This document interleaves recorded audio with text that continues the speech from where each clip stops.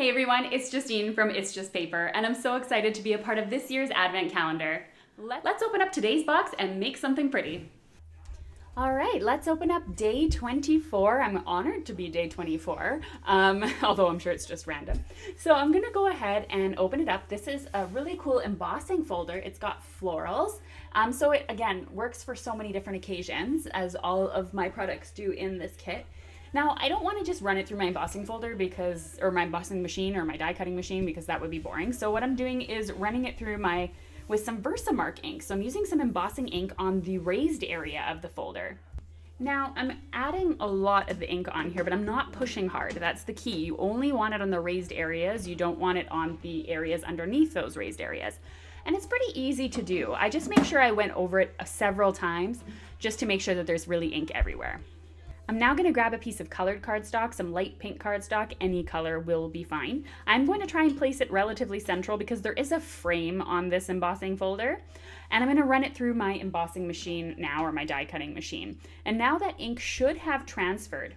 And it's not on the raised areas, but on the debossed areas. So it's in the area where it pushes into the paper. So we're going to use the opposite side of the paper you would normally use for an embossing folder.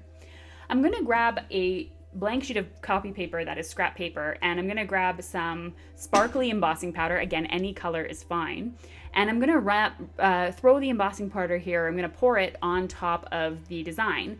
And I am going to, because it is indented, this area, I am going to just fold my copy paper over and just kind of burnish it with my hand a little bit to make sure it gets into all the little nooks and crannies and crevices.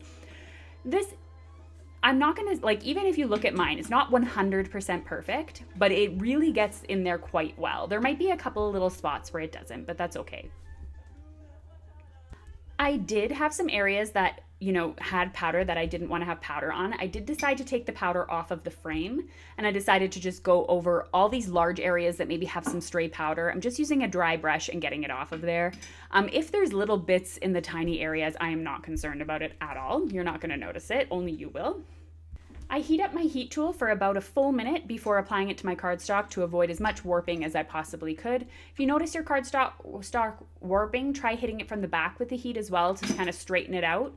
And at the end of the day, you really can just glue it with a double-sided adhesive sheet that will flatten it out, or set it under some books or whatever the case is. But we're going to be fussy cutting this. We're going to be doing a lot more with it, so don't be too concerned with it at this point. And you'll see that the embossing powder changes from, it becomes shiny when it's ready.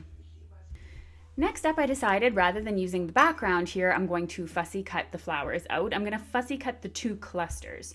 Now, my tips for fussy cutting essentially are move the paper, not your hand. So you'll notice I'm kind of moving the paper along. I'm not really moving where my hand is too much, and I'm going along. The other thing that makes it easier, in my opinion, too, is to cut the two large shapes apart. Sorry, I went off screen there a little bit. But just cut the two large shapes apart like I did here, just so you're working with a little bit of a smaller area. Try to keep an even amount of paper on the outside, or you can cut directly along the line if you're not very good at that. You can use any card-based size really that you want. I'm using A2 size, 4 1/4 by 5 1/2, and I'm just adding these to the corners, putting a heavy object on top to help them dry and stay put. I took a stamp set from one of the other sets in the Advent calendar, just the standard happy birthday to you. I thought this would fit really nicely on the card, and I'm just going to trim it down and add it to the front of the card. My cards are usually never completed without a couple of embellishments, so I just went ahead and added a couple of little silver pearls just to give it some glitz and glam, although the embossing powder is sparkly, so it's already quite fun. And that's the end of today's card tutorials. So if you're ever looking at something different to do with your embossing folders, this might be something that you want to try. Even if you don't want to do the embossing part, you could or the heat embossing, you could simply cut apart areas of your embossing folder just to give them a whole other look.